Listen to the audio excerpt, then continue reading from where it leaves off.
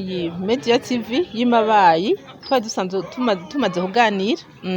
Urwo rwego ni urwo gusansibiriza hanyuma tukaca kwa musitanteri ku migambi ine twiyemeje tuzorangura, iyo nayo akaba ari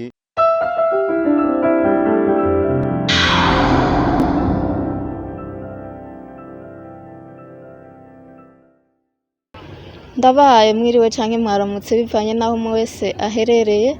Iyi ni Mabayi Media TV mubandanya mukurikirana.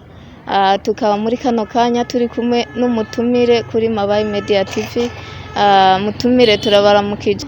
Ndabaramukije cane. Mwoba mwitwa bande? Nitwa Ndwimana Genevieve, nkaba sanzwe nkora muri Ishirabhamwe Bltp. Iyi Media TV y'Imabayi twari dusanzwe tumaze kuganira. Murakoze cane.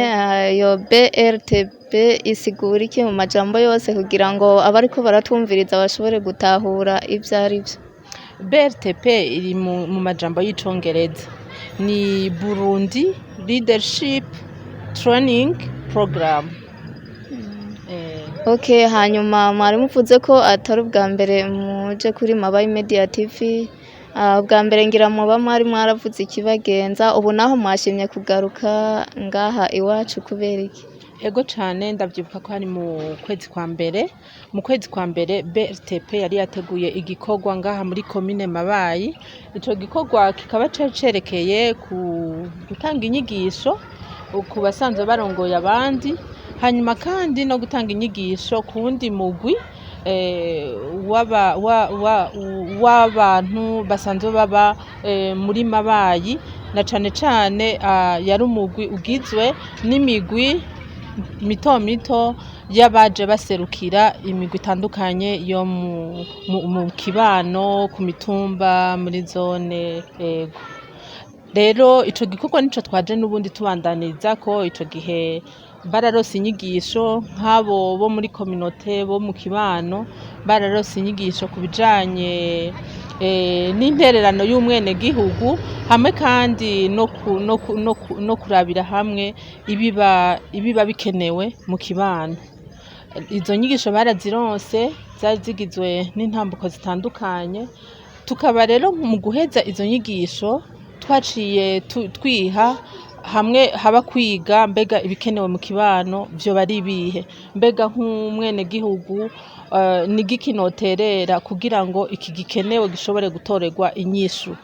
Ivyo rero baravyiha, haraba plan d'action, hanyuma barayitahana.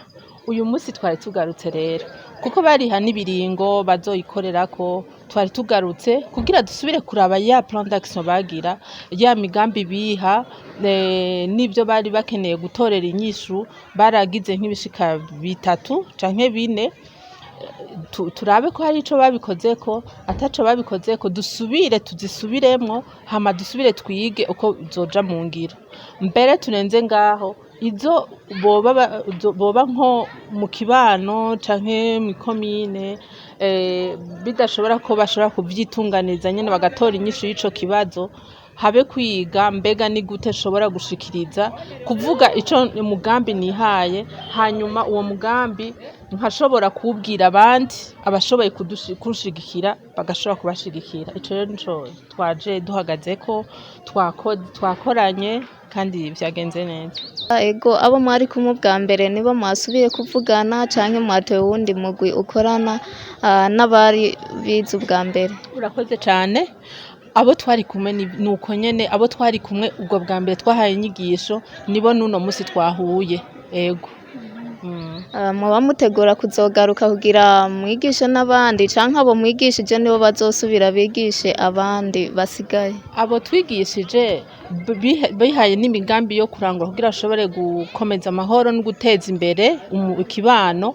Nibo twaje turasubira turakorana uno musi, turaraba mbega hariho ico bashoboye gukorwa. Nukuri twasanze mu migambi nk'itatu canke 4 hariho ico bashoboye nko gukora, kuko nko mu migambi ngaha baravye mu kibano twashoboye kubona ko hari nk'ivyo bashize imbere cane. Ati hariho ikibazo c'utubarabara tw'imigenderanire hagati y'imitumba n'iyindi ni ukuvuga ya makorine ati tuzodukore turihaye kuzodukora hama ati hari ikintu cyo kurwanya cyo gukora isuku na cane cane kugwiza utuzu twasugumwe ati utwonye tukabishiramo inguvu ati hari ikindi kibazo gikomeye abantu bubakana bataciye mu mategeko ivyo murabizi yuko abubakanye bidaciye mu mategeko bigira nabi bo hama kandi hamahigwe make abana bariko baribaruka guhimiriza kugira abubakanye bidaciye mu mategeko bashobore kwiyandikisha bashobore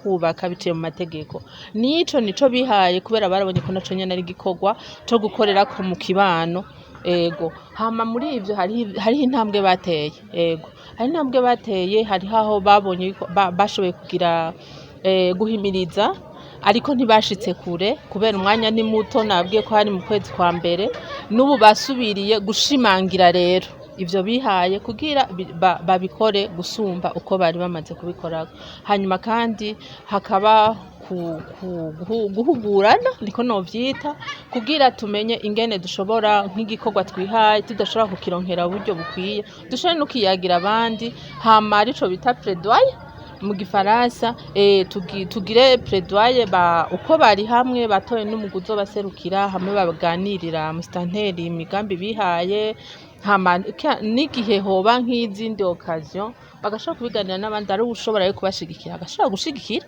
kugira duhagurutsanye umwene gihugu agira ico aterera hama duteze imbere aho tuba mu kibano no mu komine yose neka n'igihugu cose rero Ego murakoze cyane tukaba tubashimiye kuri iki kiganiro muduhaye tubasaba ko n'undi munsi tubakenera muzotwita nukuri turabikengurutse ibi gukomeza amahoro kugira iterambere nta haba iterambere hatari amahoro kandi nta haba amahoro hatari iterambere turabizi hatari iterambere abantu biga ingeso nyinshi zitandukanye bigatuma bihungabanya rya terambere rero n'ubundi notera kamo umuntu wese anyumva ari uwo muri komine canke ari uwundi mu zindi komine umuntu wese amenye ko umwene gihugu afise ico yoshobora guterera ku rugero agezako ntibisaba uburyo bwinshi bisaba umutima bisaba guhaguruka ukaja hamwe n'abandi hamukagira ico uterera ndabashimiye rero no gihindi gihe mwodugira ko dushobora gutanga ikiganiro canke iciyumviro turi ngaho murakoze cyane ni naho nyene duciye turangiriza iki kiganiro muheza gigwe mwese aka kanya turi kumwe n'uwundi mutumire kuri Mabayi Media TV mutumire mwiriwe neza mwiriwe akazina ninde je banyita Siniremera Keresa murakoze cyane muri kano kanya rero twari twababonye ngaha sinzi mwari mu biki kandi umenga mwari kumwe n'abandi benshi twagira tubabaze rero ico mwari mwaje gukora ngaha yego uyu munsi twari mu nama aho twari ko twirimbura ubwo twari twakoze mu kwezi kwa mbere kugira ngo barabe aho bigeze yari nishiramwe byitwa Bltp bari baje kugira ngo barabe ibyo twiyemeje aho tubigeje mu kubirangura murakoze cyane hanyuma bahavuye basanga mwarabigize neza canke n'ibyo gusubiramo basanze bimeze gute mu majambo make muri make basanze bimwe twarashoboye kubirangura ariko hari ibyo tutashoboye kurangura ari naho twaciye twiha ihangiro y'uko ibyo tutashoboye kurangura tubwirizwa kugerageza ko twobirangura bahavuye mbere baca batora n'urwego ruserukira uwo mugwi rugizwe n'abantu 12 aho mbere bahavuye bangomwa kugira ngo ntware ubwo rwego nubwo gusansibiriza hanyuma tukaca kwa mustanteri ku migambi ine twiyemeje tuzorangura niye nayo akaba ari kurwanya igiturire yo gucikiza n'isuku n'ibijanye n'isuku mu gisagara cyacu ca Mabayi tumaze kuvugana na mustanteri duca tumwereka ibyokorwa kugira ngo badufashe baduhe n'uburenganzira bwo gushika aho tubwizwa gushika kugira ngo tugerageze kora yuko ibyo twiyemeje bine bipfundikiye mu bikorwa bine byoranguka uko twifuza byogenda Nakahe kamo rero motera abariko baratumviriza kuri Mabayi Media TV?